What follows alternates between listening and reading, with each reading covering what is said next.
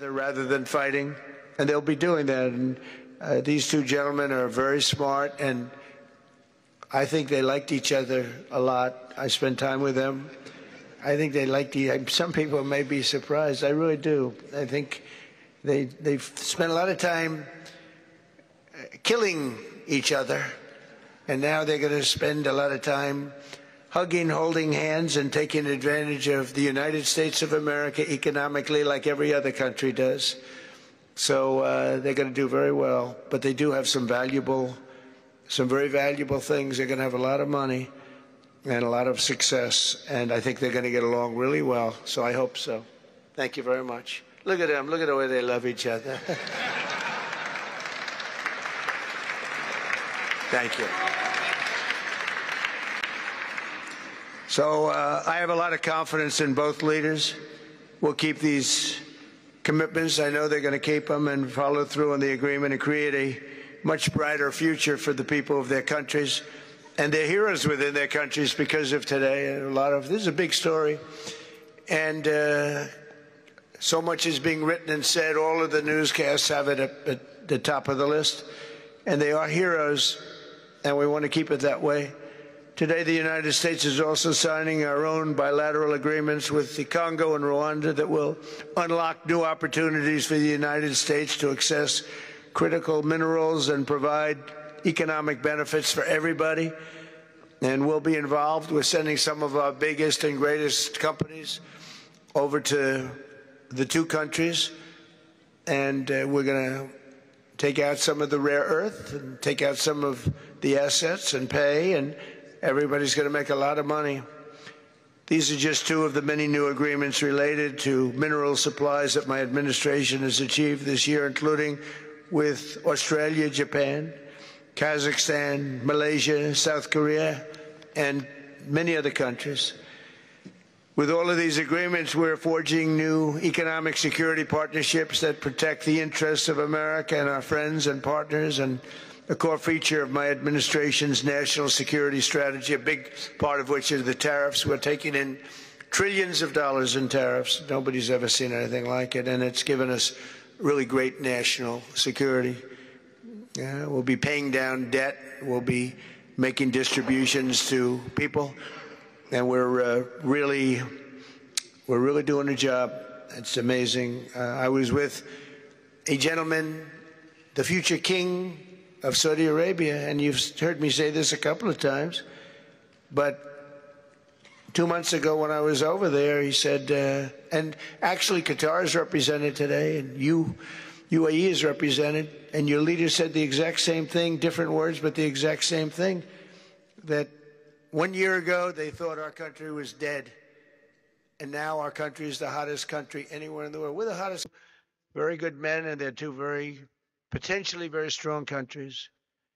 I'd like to now invite President Kagame to come up and say a few words. It's Rwanda. And then, if I may, President of DRC, who really is doing a great job. These are two men that are doing a great job. And again, they are so respected because of what they're doing today and the mission that they've really, I think, accomplished. And we'll see how it all works out, but I think it's going to work out really great. They want to get on to other ways of living for their people, and they're great leaders. Thank you very much. Please, Mr. President. Thank you. Thank you very much.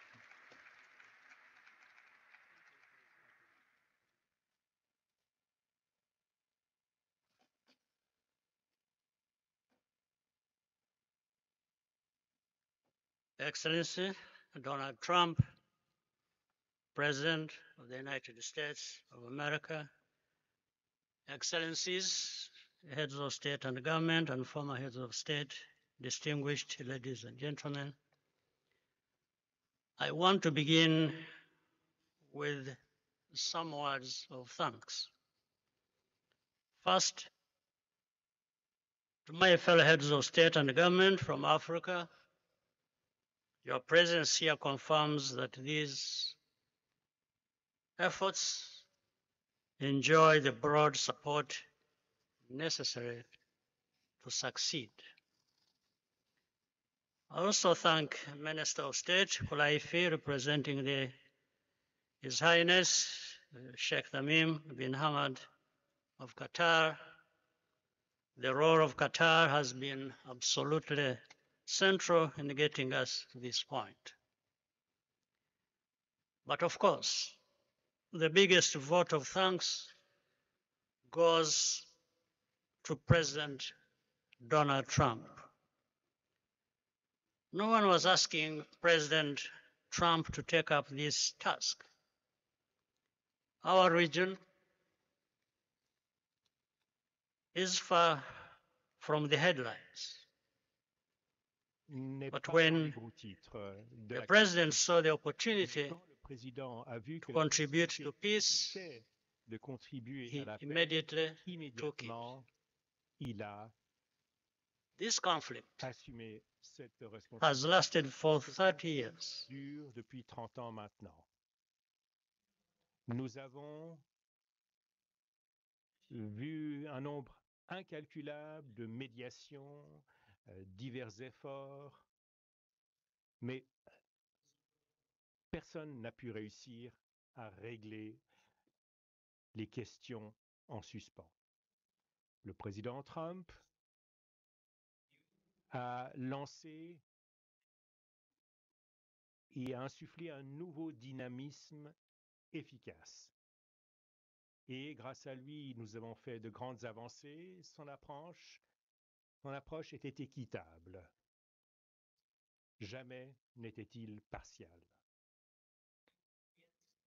Il nous a guidés vers l'avenir plutôt que vers le passé, mettant l'accent sur les dividendes de la paix, nous montrant que l'avenir, c'est la prospérité, l'investissement, y compris. Seen countless mediations and efforts, but none has succeeded in resolving the underlying issues.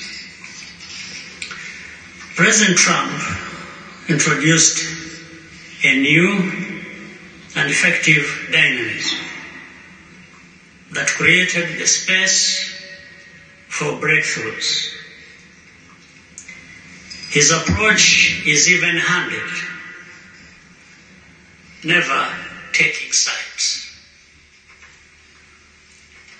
He orients us toward the future, not the past, emphasizing that the dividend of peace is prosperity and investment, including from the United States, that we have ever had. These accords provide everything needed to end this conflict once and for all. If this agreement falters and things do not work out as they are supposed to, the responsibility will not lie with President Trump, but with ourselves. It's up to us in Africa, working with our partners to consolidate and expand this peace. There will be ups and downs on the road ahead. There is no doubt about it. Rwanda, I know, will not be found wanting. I can assure you of that. Our only objective is and has always been for our country to be safe and secure after having endured so much tragedy. We now only want to look forward in confident expectation of a prosperous and stable régionaux et internationaux qui, par leur engagement constant, ont contribué à rendre possible ce moment décisif sur le chemin de la paix, au premier rang desquels nous avons le cheikh Tamim bin Hamad Al Thani, nous avons le président João Manuel Gonçalves Lourenço, président de la République d'Angola et président en exercice de l'Union africaine, et nous avons l'ancien président de la République du Kenya, mon frère Uhuru Kenyatta, que je vois dans la salle. Ces deux grands Africains qui sont les initiateurs des processus de Rwanda et de Nairobi. Et au-delà d'eux, And beyond them, I wish to thank also all of the African leaders who contributed to help us in this struggle. Que nous en sommes arrivés au bout. Les accords de Washington ne sont pas un texte de plus. Ils constituent un tournant. Ils rassemblent dans une architecture cohérente la déclaration de principe, l'accord de paix et le cadre d'intégration économique régionale, pour offrir aux peuples de la région une perspective nouvelle, celle de sortir enfin du cycle des violences, des déplacements forcés, de la méfiance et de la défiance, afin d'entrer dans une ère de bon voisinage, de coopération et de prospérité partagée. Pour ceux qui la concernent, la République démocratique du Congo prend ici l'engagement solennel de mettre en œuvre en toute sincérité l'ensemble des obligations qui découlent de ces accords. Nous le ferons avec sérieux, avec rigueur et avec le souci constant de la paix, de la sécurité de nos populations, de l'unité et de l'intégrité de notre territoire. Nous espérons qu'avec le même sérieux que la République du Rwanda respectera, elle aussi, pleinement la lettre et l'esprit des engagements pris ici à Washington. Notre main est tendue pour une coopération apaisée, fondée sur le respect mutuel, la non-ingérence et la lutte commune contre les groupes armés, la fin de tout soutien à des forces négatives et l'ouverture de perspectives économiques équitables au bénéfice de nos deux peuples. Pour ma part, je veux croire que ce jour marque le début d'un chemin nouveau, un chemin exigeant, certainement difficile, mais un chemin où la paix n'est plus seulement un vœu, mais un cap. La République démocratique du Congo y prendra toute sa part, avec dignité, avec conscience et constance, et avec le soutien de ses partenaires. Nous demeurons vigilants, mais pas pessimistes, lucides, mais résolument optimistes. Que ces accords de Washington pour la paix et la prospérité soient pour nos peuples le symbole d'un engagement irréversible à tourner la page des confrontations et à ouvrir celle de la coopération et de la stabilité durable dans toute la région. Je vous remercie.